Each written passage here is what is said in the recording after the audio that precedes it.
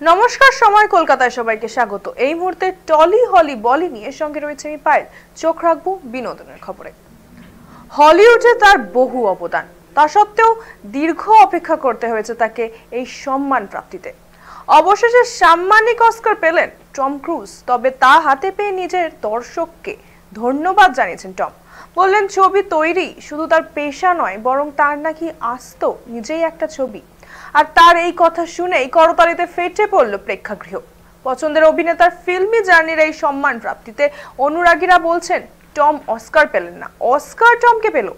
সুদর্শন Tom ক্রুজের অভিনয় ঠিক যেভাবে মুগ্ধ হয়েছেন দর্শক, সেভাবেই তার সুদর্শন রূপ মন কেড়ে নিয়েছে বহু যুবতীর। তবে এসবেই থেমে থাকেননি তিনি। 60টি বসন্তি পেরিয়েও অভিনয়ের খিদে একটুও মেটেনি তার বারবার নিত্য নতুন চরিত্রে নিজেকে ভেঙেছেন তিনি। টমের অভিনয় জীবনের এই প্রাপ্তিতে শুভেচ্ছা জানিয়েছেন বলিউডের বর্ষিয়ান অভিনেতা অনিল কাপুর। 2011 সালে অনিল কাপুর ও টম ক্রুজ জনপ্রিয় মিশন ইম্পসিবল গোস্ট প্রোটোকলে একসঙ্গে অভিনয় করেছিলেন। সেখান থেকেই তাদের বন্ধুত্বের শুরু, যা আজও অটুট রয়েছে।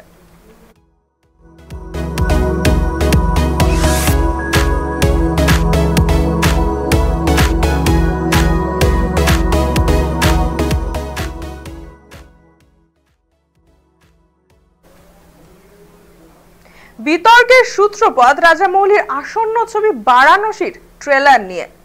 বারাণসীর ট্রেলার মুক্তির সময় হনুমানজিকে নিয়ে করা একটি মন্তব্যে দানা বেঁধেছে বিভিন্ন আগেই দক্ষিণী পরিচালককে নিঃশর্ত ক্ষমা চাওয়ার দাবি জানিয়েছেন নেটিজেনরা। এবার এফআইআর দায়ের হলো বাহুবলী পরিচালক রাজামৌলির বিরুদ্ধে।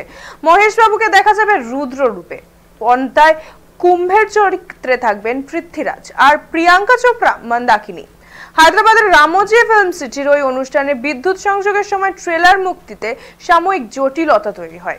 এই ঘটনার পরিপ্রেক্ষিতে রাজামৌলি বলেন তার ভগবানের প্রতি তেমন বিশ্বাস নেই। তার বাবা বলতেন হনুমানজি আমাদের রক্ষা করেন। প্রযুক্তিগত সমস্যা দেখা দেওয়ার পর হনুমানজির কাছে জিজ্ঞাস্য তিনি কিভাবে রক্ষা করবেন। পরিচালকের এই মন্তব্যে সোশ্যাল মিডিয়ায় ভাইরাল হতেই বিতর্ক তুঙ্গে ওঠে। এরপরে রাষ্ট্রীয় বানর সেনা তার বিরুদ্ধে এফআইআর দায়ের করে। উল্লেখ্য, এর আগেও রাজামৌলি এই ধরনের মন্তব্য করে বিতর্কে জড়িয়েছিলেন। এবার তিনি মন্তব্য করেন শ্রীরামকে নিয়ে। এবার ফের বিতর্কে জড়ালেন তিনি। এবার এফআইআর এর দায়ের হওয়া এই বিতর্কের পারদ আরো চলল।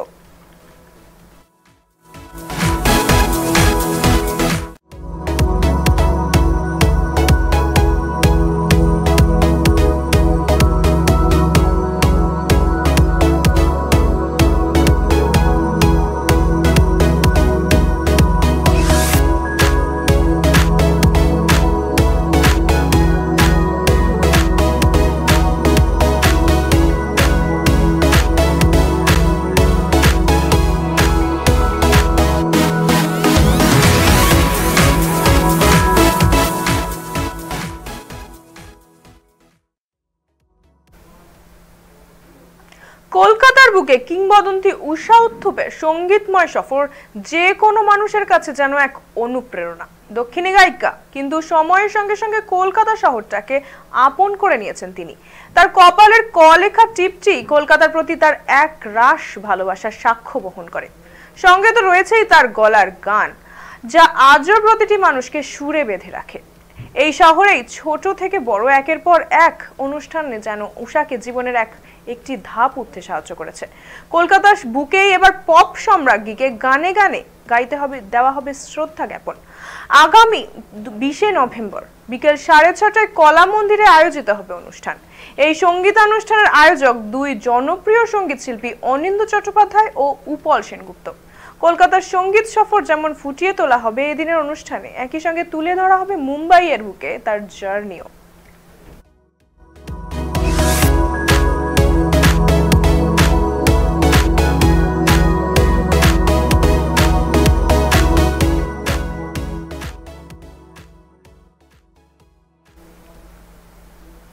কিছুদিন হলো শুরু হয়েছে সুশান্ত দাস প্রযোজিত ধারাবাহিক জোয়ার ভাটা।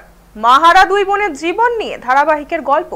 সেখানেই একটি দৃশ্যে দুই বোনের মৃত মায়ের ছবিকে কেন্দ্র করে তৈরি হয়েছে বিতর্ক। ছবিতে দেখা গিয়েছে অভিনেত্রী সাগরিকা রায়কে। সেখানেই ক্ষোভ প্রকাশ অভিনেত্রীর। ধারাবাহিকের গল্প অনুযায়ী দেখানো হচ্ছে বাবার মৃত্যুর প্রতিশোধ নিতে উজি এবং নিশা শহরে এসেছে, কিন্তু সেখানেই এক দৃশ্যে তাদের মৃত মায়ের ছবিতে দেখা গেল সাগরিকাকে। তার দাবি, অনুমতি না নিয়ে চিত্রনাট্যের প্রয়োজনে ব্যবহার করা হয়েছে তার ছবি।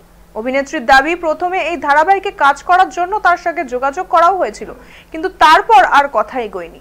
অন্যদিকে তিনি ব্লুজ প্রযোজনা সংস্থা ষোলক শাড়ি ধারাবাহিকে অভিনয় করছেন। তিনি বলেন, চূড়ান্ত কিছু জানানো হয়নি প্রযোজনা সংস্থা থেকে। তারপরেও তিনি জানতে পারেন একটি দৃশ্যে তার ছবি ব্যবহার করা হয়েছে। এই ধারাবাহিক পরিচালনার দায়িত্বে রয়েছেন বাবু বণিক। তার বক্তব্য, প্রকাশ্যে এই বিষয়ে কথা বলার আগে সরাসরি প্রযোজনার সঙ্গে যোগাযোগ করতে পারতেন সাগরিকা। কোনো অভিনেতাকে অসম্মান করার উদ্দেশ্য নেই তাদের। প্রকাশ্যে কিছু বলার আগে যদি তাদের সঙ্গে ফোনে কথা বলতেন সাগরিকা, তাহলেই এই পরিস্থিতি আর তৈরিই হতো না।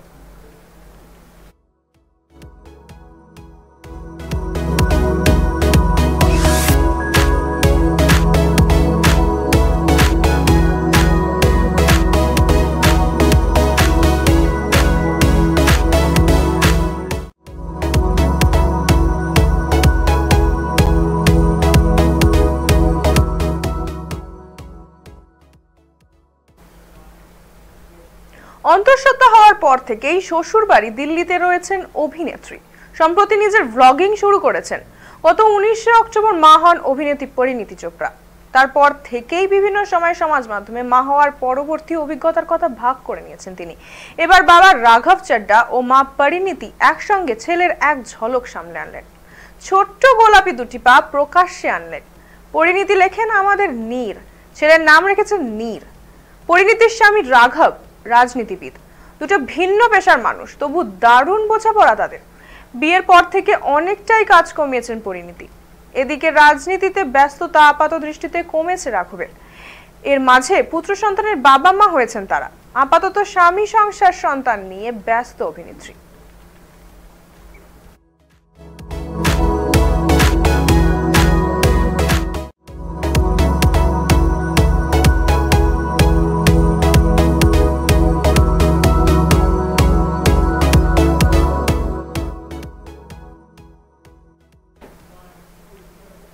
আগামী ফেব্রুয়ারিতেই নাকি ছাদনাতলায় বসবেন অভিনেতা সায়ন বসু। দীর্ঘদিনের বান্ধবী রিনি মুখোপাধ্যায়ের সঙ্গে 4 হাত 1 হবে সায়নের। প্রায় 8 বছরের দীর্ঘ সম্পর্ক তাদের, ডেস্টিনেশন ম্যারেজ। বরং চিরাচরিত নিয়ম মেনেই পরিবারের সকলকে নিয়ে বিয়ে সারবেন তারা। বিদেশ থেকে নাকি রিনিই আসছেন সায়নকে বিয়ে করতে।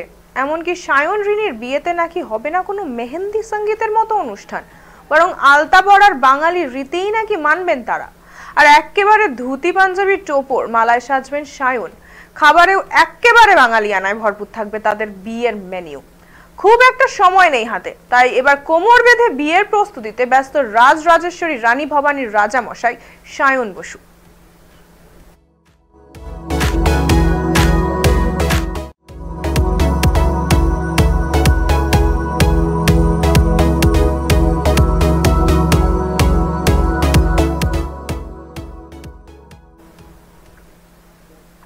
এখনকার মতো টলি হলিবলি এই পর্যন্তই। বিনোদন দুনিয়ার অন্য সমস্ত বিস্তারিত খবর পেতে চোখ রাখতে হবে সময় কলকাতার পর্দায়। সময় বলবে সময়ের কথা।